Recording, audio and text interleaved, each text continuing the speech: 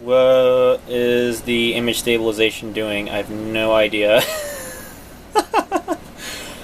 Good lord. But as you can see, whoops, that's definitely not looking at it. Oh, there we go. Yay, success. Oh, I don't even know how to English today. We'll find out here in just a second.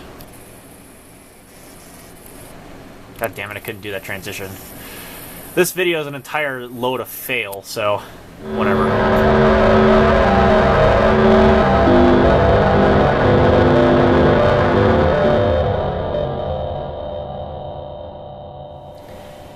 G'day folks, Jordan here today with a software video. Now we're not taking a look at macOS 8.1 today on the PowerBook G3. In fact, this will be the last time on this video that you see macOS 8.1 running on this particular computer. To be specific, this is the one that has the G3 enabler on it, specific to a PowerBook G3, as you can see up there. But in today's video, we're actually going to be completely wiping this computer's hard drive, because of course there's a bunch of old owners' documents on this hard drive that I want to get rid of.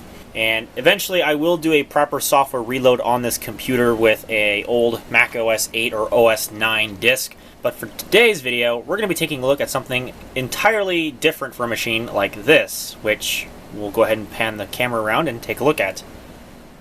Ah yes, macOS 10. Now I've taken a look at this operating system in a previous video on my channel, but of course this was like several years ago in really crappy video style, so I figured I'd take a look at it once again here on another computer in a better quality video. Now macOS 10 of course really didn't get a good start, and we all know how that ended up turning out with a bunch of missing features, lots of performance problems, the controversy around the minimum requirements of the operating system and what it ran on, that sort of thing. But we're going to take a look at it anyway. Now, the PowerBook G3 is supported. Of course, this is the Wall Street / Main Street generation that I have up there. Of course, the Kanga can't run OS 10, which is just bizarre. One of the very first, quick to obsolete products, I think. I'm trying to figure out a term for that, but whatever. We're not talking about that machine today. But this PowerBook has 160 megs of RAM, that one over there, and it does have its original 2 gig hard drive, which, yes, that is the original hard drive. If you want to, let's see here, actually, I won't even bother saying go look at the Wikipedia article, because I can pull it up right now. Let's come down here. I have it zoomed in on the PS4, so it actually looks a little bit bigger on the TV, but as you can see, whoops, that's definitely not looking at it. As you can see, 2 to 8 gig hard drive. Mine has the 2 gig hard drive, as well as the 24-bit 800 by 600 12.1 inch passive matrix display, and of course mine is the Main Street generation. I don't know how much video memory it has, but we're about to find out when we install the operating system here. Now the maximum operating system that you can run on these is macOS 9.2.2 or macOS 10, and that is definitely the maximum operating system is the PlayStation 4 thing, because these stupid freaking triggers are so squishy. But anyway, we're going to be installing the original macOS 10 on this computer. Now it does work. I have tried it before. I actually tried booting macOS 10.2. And I put my camera on my pseudo tripod thingamabobber-ish. That way we can actually look at the screen directly. Through the camera, the screen looks pretty good.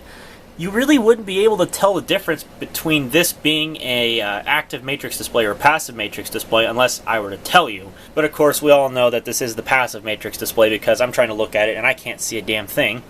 And also, the refresh rate of the monitor is significantly lower, or the panel itself is a lot slower to refresh. But anyway, so here we have our genuine macOS 10 10.0 CD. This is really the first version that came out. I know it's blurry because this camera doesn't like to focus. We're going to go ahead and pop it into the disk drive here. Hopefully this display doesn't fall over, because this computer has bad hinges, so I have to set it at this angle, otherwise the screen will flop over. And I figured we'd try it on the passive matrix display because just doing it on another display would be too boring. Now I can imagine some people with PowerBook G3 Main Street / Wall Street machines with the passive matrix display actually trying macOS 10 on these things. I don't know how good of an experience it must have been, but we are about to find out. So we have an install macOS 10 thing on here. Now this install macOS 10 .app, I would assume it's a .app, is actually classic only. because we're not in the operating system yet. So yes, this is, I believe 10.1 and 10.2 maybe, but I definitely know for a fact 10.1, I believe, also had the installer like this running Classic alongside this very first version of Mac OS X. So anyway, we're going to go ahead and click Restart here, and it's not going to have a backward compatible path to Mac OS 9 because this is Mac OS 8.1 that this machine is running, as I've said before. I do plan on reinstalling probably 9.2.2 on this system just for the sake of having Mac OS 9. I know a lot of people would say, oh, you need to put Mac OS 8 on this thing. Well, until I can figure out a way to get a Mac OS 8 disk to work on this computer, I think Mac OS 9 is going to be my simplest bet. I don't know for sure. And also, I don't know if it's going to restart when I press the restart button because it's not doing it. I think this Mac OS version is a bit too old for this computer, so I think it's not quite compatible with Mac OS 8.1. So let's just go ahead and we'll close this out here, and then we'll tell it to restart here. Now, I know the contrast is going to get blown out. I don't know why this is, but the parameter battery on this computer is long dead, so every time you restart, it does blow the contrast up. So I have to, I forget what the combination is. I think I'm going to go ahead and do a shutdown here real quick. And then what I have to do is I need to do, what was it, Control, Command, Shift, and then Power. And then that fixes the contrast setting on this particular boot. So let's do that now. If it lets me. This thing tends to be a bit finicky when it comes to powering on, and I probably have the wrong set of keys pressed. But remember, there's a particular key combination you can press, and it fixed the contrast on the boot up process. Yeah, it's being quirky, of course. Alright, Shift, Function, Control, Power, reset the chip, and then on. Now I gotta obviously hold down the C key because this is going to need to boot from the CD. This machine is old enough you can hold down the C key and have it boot from the CD. OS 8.1 was probably one of the earliest ones you could do this with. I believe, I could be wrong though, because I believe 7.6 made you boot off of CD as well. But in terms of like hardware, firmware, so I think this is one of the earliest ones. This is sort of like an in-between machine between the classic Macs and the new boot ROM Macs. As you can see, yeah, the contrast has just blown itself out, so you might not even be able to see the Happy Mac at all. It's spinning the CD up right now.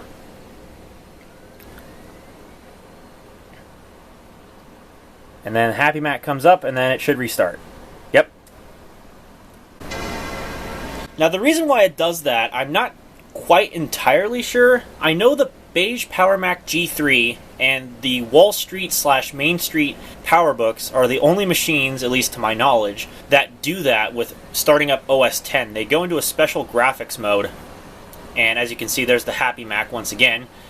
Now this is the startup screen of Mac OS 10.0 and 10.1. They both start up using a Happy Mac versus having the Apple logo on the screen. And I think this looks a lot better for this kind of machine with the Happy Mac on it being there in the middle of the screen. Now eventually, given enough time, we should see the beach ball go in the top left corner. It's not going to look very good because, again, passive matrix display. But eventually we should see the beach ball go in the top left corner. There it is. And now it is starting up off of the CD. I'll go ahead and I'll zoom in here on that beach ball so we can get a closer look at it. And of course the camera decides it wants to go out of focus when I do this. Typical. There you can see the beach ball. Of all the passive matrix come on, zoom out, camera. Quit being dumb. I don't use this camera because the zoom tends to lag, which is not cool. Anyway, as I was going to say, this is actually one of the better passive matrix displays I've ever seen, like, at all.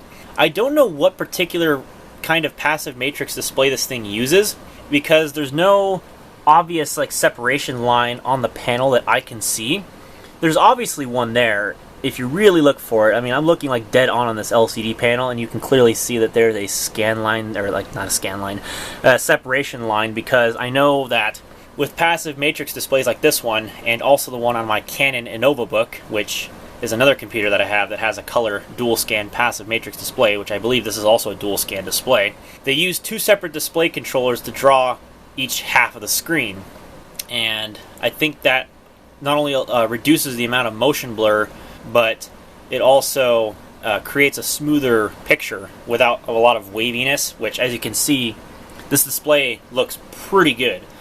Normally with passive matrix displays, you see like a wavy pattern going across the screen or something like that, but this thing is about as close as you can get to an active matrix display as I've ever seen a passive matrix display get. So Apple definitely used some of the highest quality passive matrix screens on these laptops. So even though you were getting a passive matrix display, you still got a high quality passive matrix display, at least from the time. This is 1998 we're talking about here, like early 1998. And this is one of the last PowerBooks to come with a passive matrix color display. So it probably got as good as it can get. Alright, so as you can see now, it's going into another mode, hence why the display flickered a lot. And eventually, given enough time, we should see the startup process for the setup. But yeah, you can see the motion blurring really isn't all that bad. I've seen a lot worse, of course. I've seen like single scan passive matrix displays, but this comes the closest to an active matrix display as you can get, like I've said. I'm just repeating myself at this point, but yeah. But if we zoom into that aqua bar there is dithering because this is only displaying at, I believe it was 15-bit. I don't remember what the Wikipedia article said exactly when it comes to this display and what it runs at. I believe they said 15-bit, but I could be wrong. This could just very well just be 16-bit. In macOS 8, this does say like thousands of colors. I'm not sure if that's entirely accurate because, again, passive matrix displays are not exactly the most accurate displays, and you can definitely notice dithering throughout the entire interface here, especially when I pull up something that brings up an image here. So we'll go to About Installer. And as you can see, there's a little bit of dithering when it comes to the icon there. I don't even think it's going to pick up on the camera very well, but when I look at it, I can see dithering. So it's definitely not true color. It's just high color. In terms of Windows terms, it's just high color, not true color. Anyway, we're going to use English as the main language. As you can see, the mouse really isn't all that bad in terms of motion blurring on the screen. Welcome to the macOS 10 installation program. You will be guided through the steps necessary to install the macOS 10 operating system. Alright, continue. Okay, here we go. So, read this important information before you install macOS 10, blah, blah, blah, blah, blah. Now, this machine is, of course, supported. If I scroll down here, you can see PowerBook G3 except the original PowerBook G3, which, of course, wouldn't even boot this. But iMac, iBook, PowerBook G4, Power Macintosh G3, every Power Macintosh G3, including the beige G3, will work with this. And Power Mac G4, which they refer to the 1999 and 2000 based G4s. So, it's kind of crazy to think that you basically need a, well, a G3 to run this operating system. I would have been surprised that, you know, they wouldn't have like put an older and I'm not even sure what I'm talking about anymore. I'm just rambling at this point. But anyway, if we scroll down here, now it does say it needs 128 megs of RAM, but unofficially this will run on 64 megs. I don't know how they do it, but I do know that that is an unofficial requirement of this particular operating system version. I believe 10.1 did require 128 megs of RAM. Could be wrong though. But anyway, this does have a internal monitor, and it does have 1.5 gigs of disk space available because I'm going to format this hard drive. So when I format the hard drive, then it's going to have that disk space available because this is right on the bare minimum of disk space because, again, 2 gig hard drive. So continue. And it's going to give me the agree, disagree prompt at some point, so continue. And agree. It's really hard to read that when the animations are coming through. Yeah, checking disk. Yep, to use your classic macOS 9 applications, you must have macOS 9.1 installed on your computer. The installer could not find macOS 9.1 installed on any of your volumes. You'll need to upgrade to macOS 9.1 to use your classic applications. You can do this after you install macOS 10, which I'm not going to because, again, I'm just going to format the hard drive. 1.1 gigs of disk space is required for this installation. I believe this does have enough disk space to where I can actually install this as it sits, but I'm not going to do that. I'm just going to do erase destination and format as macOS extended journaled. Oh, I guess that's not in this operating system at this time, so I'm not going to bother with the Unix file system. Okay, so continue, and yes, I do understand that this is going to completely erase the hard drive. That's fine. And I want to customize the installation. So let's see. Additional print drivers, BSD subsystem, essential system software, and base system. So you could uncheck both of these, and your installation would go from 1.1 gigabytes required to only needing like 800 megabytes. But we're not going to do that. We're just going to do the full easy install with the additional print drivers. And in addition, I do have Ethernet connected at the back, so we can actually try to go online once we actually install the operating system here. So go ahead and install, and away it goes. Now I'm not going to film the entire installation sequence because my camera is getting really hot, and when it gets really hot it starts to get laggy. And in addition, it's not a very large battery at all, so it tends to drain very quickly when I'm recording video. So I'm going to go ahead and turn the camera off, and we're going to let this install, and I will come back once it's done. Okay, so we are at the end of the initial setup portion. As you can see, it's installing additional drivers for the printers right now, although I doubt I'm going to be able to get a printer working, even though I do have a network printer. But as these things go, you never know. Anything goes, but we are about done. I don't know if it's actually going to be about a minute, but initially when I was getting this going, the funniest thing happened with the time remaining. It said it was going to take an hour and 20 minutes, and I was like, what? Why? But then it quickly went right back down to, I think it was like 37 minutes, and I was like, okay, good, because I was not about to wait an hour and 20 minutes just to install macOS 10. That'd take way too long, but fortunately we don't have to wait that long, so that's a good sign. So once it gets done with these print drivers, we should be able to restart. And don't mind me if I make slurping noises. I'm just having a popsicle right now. So that's what's going to be happening. It's because it's hot in this house right now. So yeah.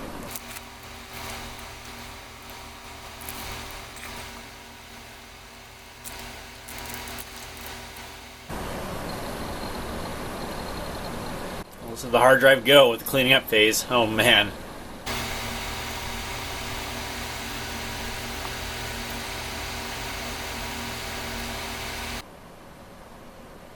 Come on, any second now. You can go ahead and clean up, and we can restart. I hear the CD going back and forth, so it's doing something.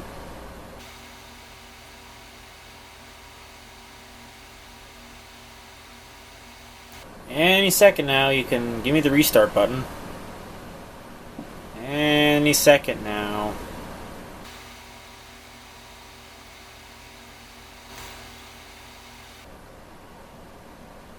Oh, there we go. Yay, it's successful. Whoa, I don't even know how to English today. The software was successfully installed. The computer will restart in 25 seconds. 20 seconds. Now I better click the restart button here. And okay, we do have the beach ball on the top left. Oh, there it goes. Bong. And now we wait, because again, these PowerBooks, they take a long time to post. Oh, there we go. Nope, we're good.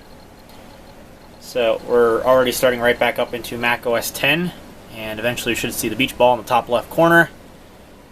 And this is going to take a while to start up, I know for a fact, so I will be back once this has booted up. Alright, so here we are. This is the macOS 10 sort of like little splash screen thingamabobber. Initializing network. I think it's trying to get an IP address right now, which it should get, because DHCP. It should get one. I do have the Ethernet cable plugged into the back of this. Oh god, it's going to take a while for this to initialize, isn't it? I actually wonder how terrible the intro video for macOS 10 is going to look. Because I know this plays an intro video, and it looks pretty good, but I don't know how it's going to look on a passive matrix display, so we're about to find out together. Starting directory services. Yeah, I can see why a lot of people back in the day complained when they first installed macOS 10 because of the performance. I can't English for sure. Because of the immediate performance degradation of macOS 10.0. So, although then again, this is the first boot up, so I can't say I blame it for why it's taking so long, because it has to initialize a lot of stuff. So, maybe after the first boot up's done, it might actually speed up a little bit. I don't know. I don't know.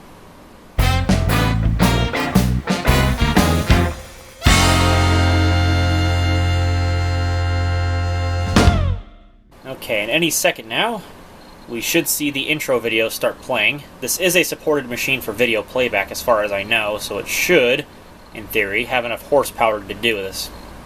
Technically, I could do this on the iMac DVSE, but then you'd be looking at a CRT, so whatever.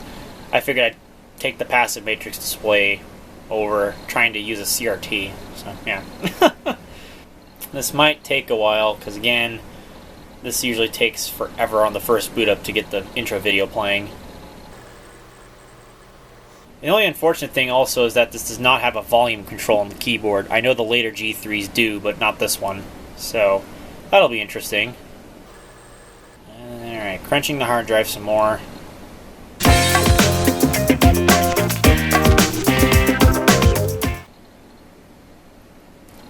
Oh no, this one actually doesn't play the intro video. How weird.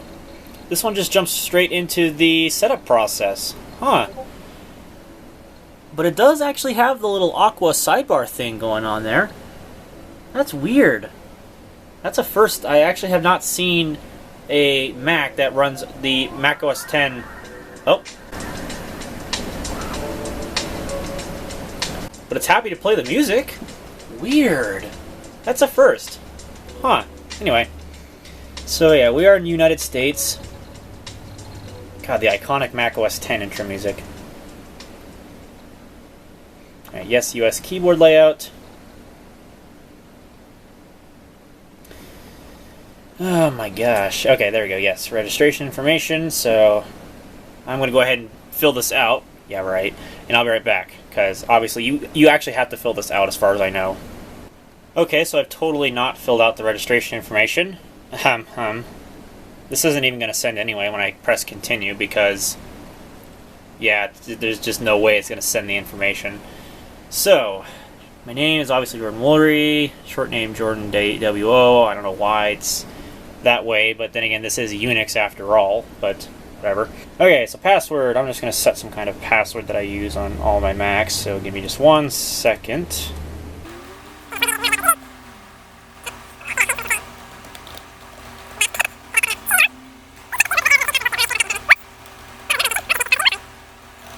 I hope I've actually typed in the correct password then, because I totally didn't type 2 different passwords. You didn't see anything. It's been a long week. I'm tired. Okay, set up internet access. Please choose an option and click continue. I will use my existing internet service. I use a LAN. Let's see. Network communication automatically from DHCP server. Yeah, use DHCP. That's fine. I'd like to create my iTools account. I'm going to just say for now, I'm not ready for iTools. I'll come back to that later. Of course, we all know iTools doesn't work. Connecting to the internet. Ooh, look at that animation. You know, surprisingly, that looks better on the camera than it actually does in real life, if I'm being honest. It looks a lot better on the camera. Yep, registration cannot be sent, of course, because there is no way that Apple's going to accept registration information for macOS 10.0. So, oh well. macOS 10 includes Mail, an application program for sending and receiving email messages. Well, crap. I guess I gotta go find Gmail settings, so I'll be right back and fill this in, because this might take a while. Okay, so as you can clearly see, I've got all that stuff set up there. Just a typical Gmail setup. I can't even English still, sorry about that. I don't know if it's going to need any additional server settings once I get into the desktop. I would assume so, but we'll see. Alright, it's Pacific time zone. I know that for a fact. We're definitely installing macOS 10.0 on December 31st, 1969 at 4:46 in the afternoon. Definitely. Anyway, let's fix that. So this needs to be 2018. Yeah, it's doing that because this has a dead pram battery, of course. It'd be very rare if one of these things actually still had a functional pram battery. But I don't know, maybe it'll get charged up while I'm using this, because I think it actually is a nickel metal hydride pram battery. I could be wrong though, of course. Could be just one of those lithium things. And it's also scrolling incredibly slowly. Alright, so it's not December 31st. It is July 1st. So July 1st, which is a Sunday, and it is currently, what time is it? It is currently 3:58 p.m. So 3:58. I don't care about the seconds. It'll just sync the time once I get onto the desktop through the internet. Alright, click done to end the setup process and begin enjoying your computer. You can complete your registration at a later time by going to apple.com/register. If you need to register many computers, go to apple.com/register and you can register them all at once. Enjoy your Apple computer. Why, thank you. I will be sure to do that. It should take us to the desktop. I don't know why the screen looks so washed out on the camera on this blue pattern, but it is not that way in real life. Of course, that is a side effect of the passive matrix display. It's going to be so weird when you see a rainbow Apple logo running Mac OS X, although there's certainly been stranger things, not, of course, the Netflix series. So, whatever. Alright, we do have a dock. I can just barely see it, because again, I'm not looking at this screen dead on, so... Alright, there's the desktop background, which is heavily dithered. It does not look good at all. Again, it looks better on the camera than it does in real life, but that's just kind of the nature of things. And there we go! There is Mac OS 10.0. And let's see here. Let's go ahead and go up to Apple and About This Mac. And as you can see, PowerPC G3 with 160 megs of RAM. This is the very first edition of Mac OS X. There are no 0.0.1 or whatever updates on this. I don't know where you could find the latest update, which would be 10.0.4, but I'm not keeping Mac OS 10.0 on this system. If I were to install Mac OS X, it'd be 10.2, which is the latest officially supported release by Apple. And I do have installation media for Jaguar, so I think it's version 10.2.1, so I could actually install that on here, and we could probably get it to work. Now, one distinctive thing about the macOS X dock is the way that the status bar items are actually put into the dock. With very blurry video, and of course the camera locks up solid, and it doesn't want to zoom out until 5 seconds later when I tell it to zoom out, and then it still goes out of focus, and the camera fucking locks up again, doesn't want to zoom out. There we go. God damn this camera. Come on! Zoom out, you stupid piece of shit. Thank you. I guess we'll just go closer to the screen this time, because it'll actually fucking work this way. Anyway, you can see the battery icon with the X in it, which that is a characteristic of this machine, being that it has a dead battery. But normally that would live up in the, the status bar up there. But in macOS 10.0, and I believe 10.1 as well, that I can't English today, of course, as we all know, the status tray icons would have been dock accessories at this time. I believe in 10.1 or 10.2 they changed it back to the way macOS 9 did it, but that's how it was here in the very first version of macOS 10. So, let's go ahead and see what's actually on the hard drive. I don't remember what actually comes with macOS 10.0, but we're about to find out here. So, let's see here. Applications, and let's see, not a whole lot, but I was expecting there to not be a whole heck of a lot on here. But as you can see, there's a dedicated section called Dock Extras, which has the battery monitor, which is currently running because I'm on a PowerBook, and it says there's no batteries available because the internal battery on this laptop is completely dead. But you can also put on airport signal strength, that this had airport, which this does not. Of course, this is before airport was a thing, so the only machines at the time that would have had airport capabilities would have been the iBook, the later PowerBook G3s, the Power Mac G4, the later iMacs, so on and so forth. But this is obviously too old for airport to be a thing unless you had a special PC card to actually let you have airport capability, which I don't have. But there's other things on here, like we set up mail, there's image capture, there's chess. Let's actually see how chess looks on this. I'm very curious. Oh god, that refresh rate with the dock. Oh my goodness. And also you can see just how long it takes to launch. It takes an absolute eternity to launch chess, but there you can see it is open. Again, it looks better on the camera than it does in real life. It is very dithered in real life, so you guys have it better off than I do, because I don't know. But anyway, we're not going to go ahead and play chess today. Oh god, we got a beach ball. It's trying to load speech recognition for some reason. I don't know why we need speech recognition. Anyway, so let's go ahead and just close out of chess. That uses a GNU license for some reason. Very interesting. There's Apple script in here because, of course, this was before the days of Automator and OS X Tiger. Or did Automator come out in Tiger? I can't remember. I swear it did. I could be wrong, though.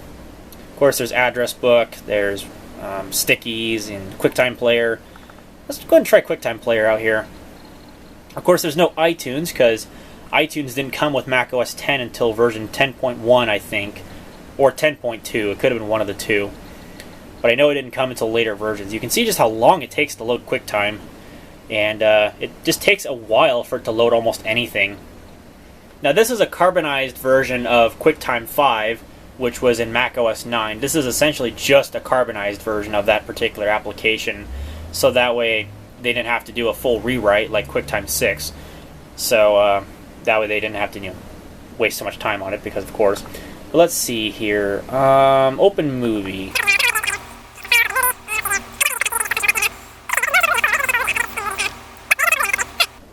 Well, anyway, but as you know, QuickTime, it does work. And I wish I had a sample movie. I don't know where it is, but it's not on there.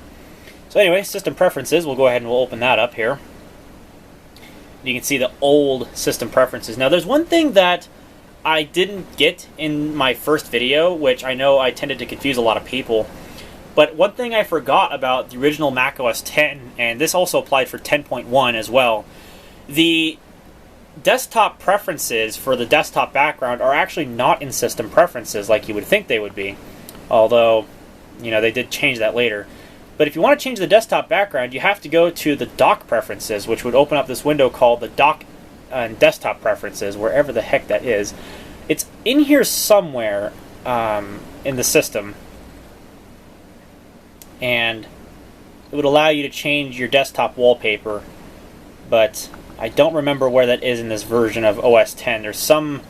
I think you have to be in the Finder to do it, actually, now that I think about it here. So, I'll wait for the Displays Preference panel to load here. There we go. Let's see, is it under Finder? Or is it like Dock and Desktop Preferences? It has to be in here somewhere. Well, anyway, you can see this is the limitations of the passive matrix display on this computer. It only runs at 800 by 600.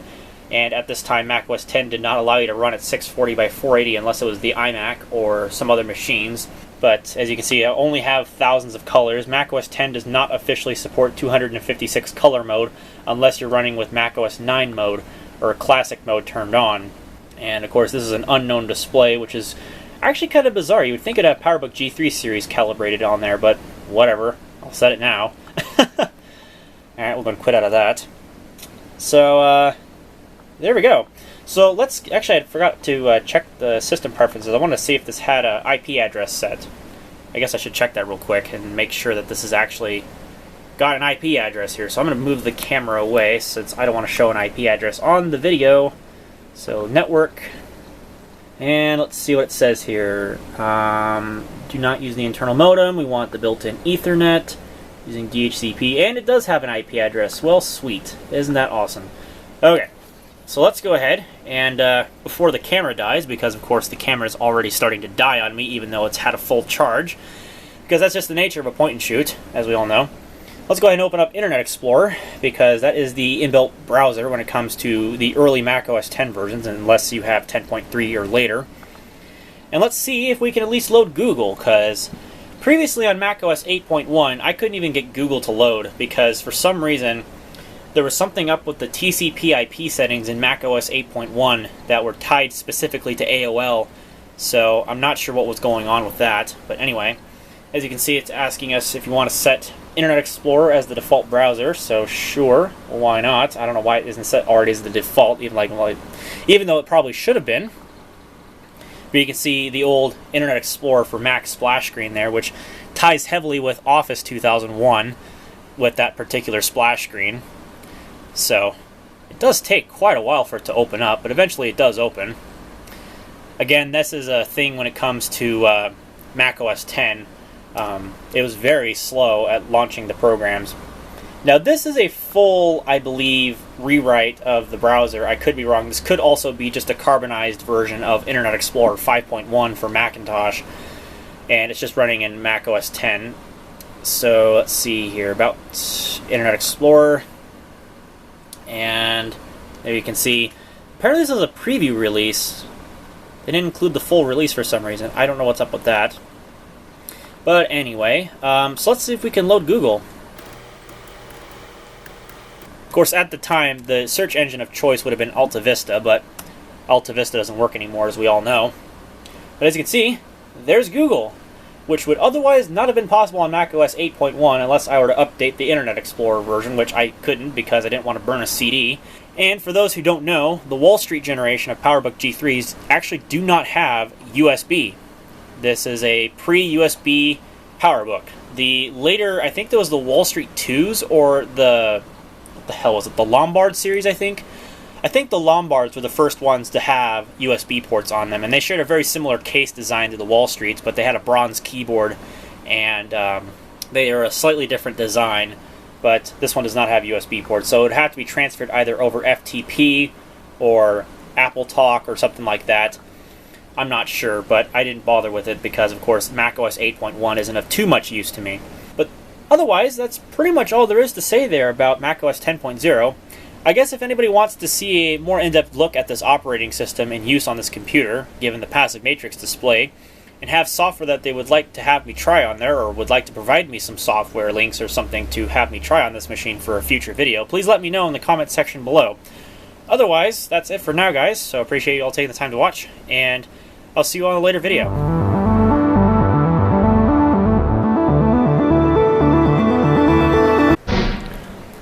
Okay, so technical mishaps begin now. This is probably going to turn into a Draga 1 video because, of course, we are live. I'm a dumbass. Officially a dumbass. And let me show you why. Right, I forced this thing off so I didn't plug back in the power supply. Of course. I am an absolute dumbass. So, I should have seen this coming, and I didn't even think about it at the time. But when macOS 10 refers to needing macOS 9.1, it isn't kidding, because it actually updates the firmware and hard disk drivers to support macOS 10 properly.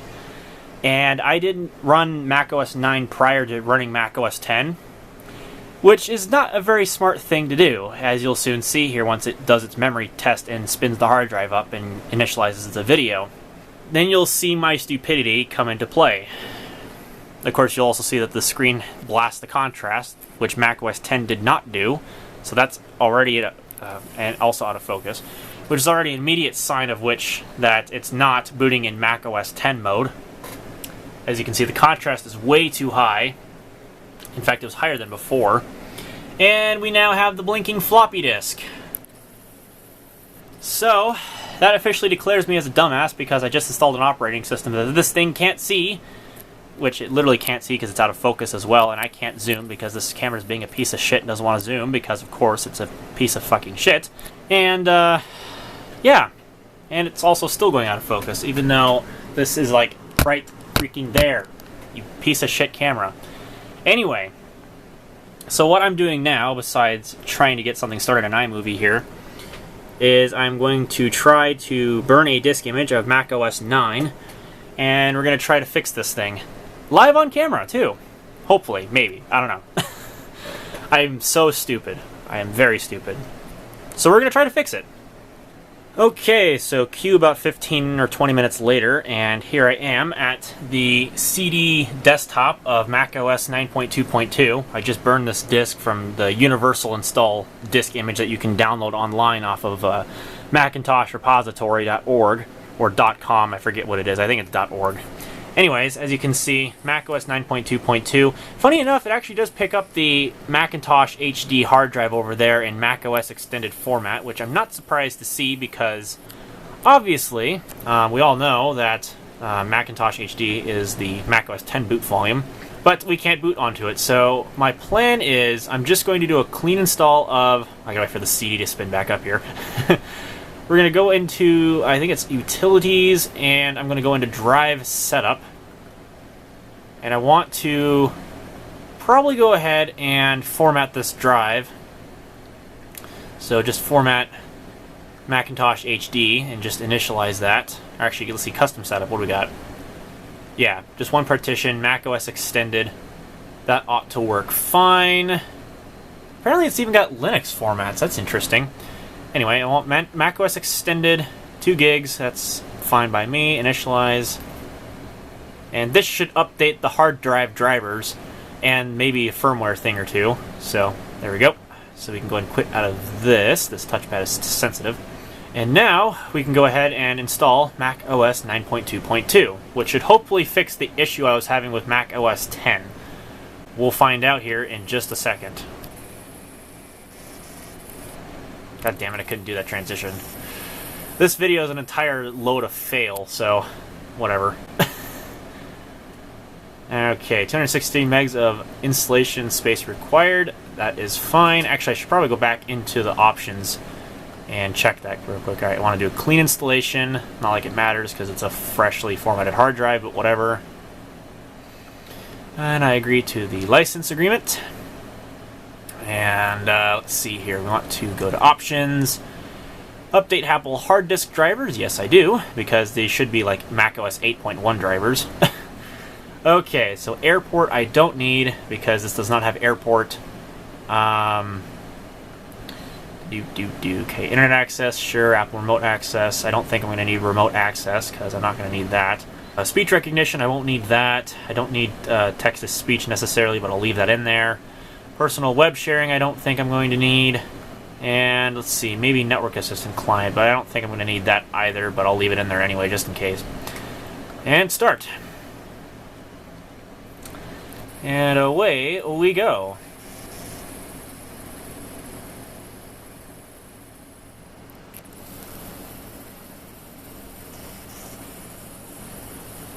Sweet.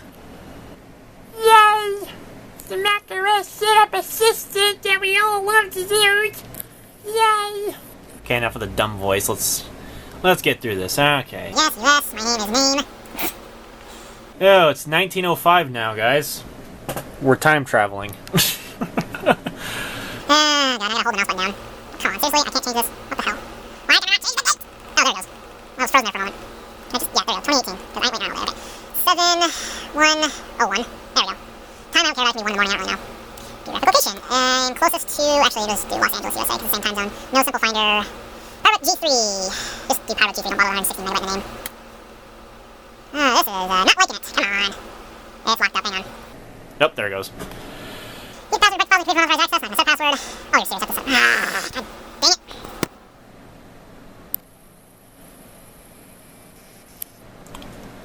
Oh no.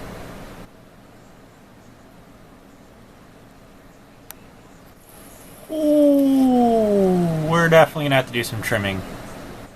I love it. It says that I need to deselect some packages. Well, no crap.